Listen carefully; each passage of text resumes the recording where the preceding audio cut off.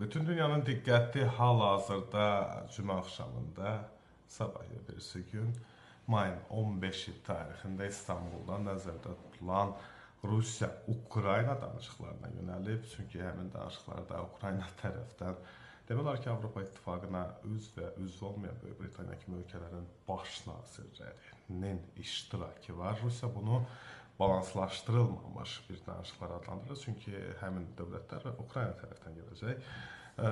Bugün yayılan xəbərdə Donald Trump, Amerika Birləşmiş Ştatlarının prezidenti öz xüsusi nümayəndələri Steven Witkoff və Keith Kellogg da həmin görüşdə iştirak edəcəyini bildirib. Son məlumata görə isə Amerika Birləşmiş Ştatlarının dövlət katibi Marco Rubio da İstanbulda olacaq. Zelenski isə şəxsən Putinlə danışıqlar aparmaq istəyirəm. Yəni başqa Rusiya rəsmiləri ilə mən danışıqlar aparmaq istəmirəm. Çünki bunun mənası yoxdur.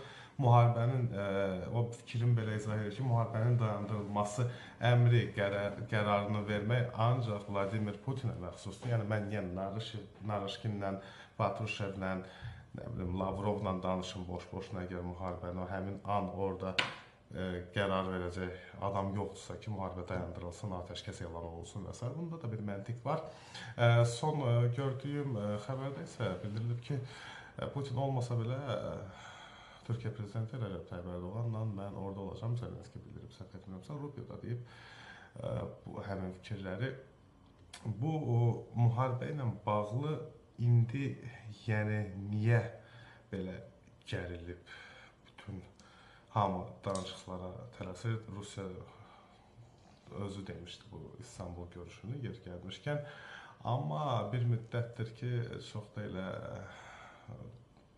Zelenskinin o görüşək təkliflərinə cavab vermir. Dmitri Peskov bugün bildirmişdi ki, nümayəndə heyətinin tərkibi yalnız Vladimir Putinin göstərişi zəruri sayısı Vladimir Putin nümayəndə heyətinin tərkibini onu açıqlayacaq ki, kimlər olacaq, kimlər olmayacaq. Amma əsas söhbətin qayəsində o var ki, Donald Trump deyib ki, hər iki tərəfə, Rusiyaya da, Ukraynaya da ki, siz birbaşa danışıqlara başlamasaz, mən bu nizamlanma prosesindən çəkiləcəm geri.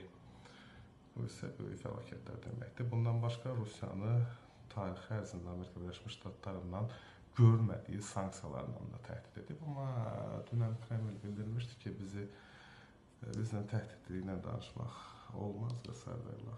Hər halda yəni Amerika Birləşmiş Ştatlarının prezidenti Donald Trumpla münasibətləri səhmana salmaq şansı varkən, Çinlə olsa münasibətlər yaxşıdır. Trump administrasiyası Çinlə də bu gömrük rüsumları, tarifləri, planları normal qaydaya salır.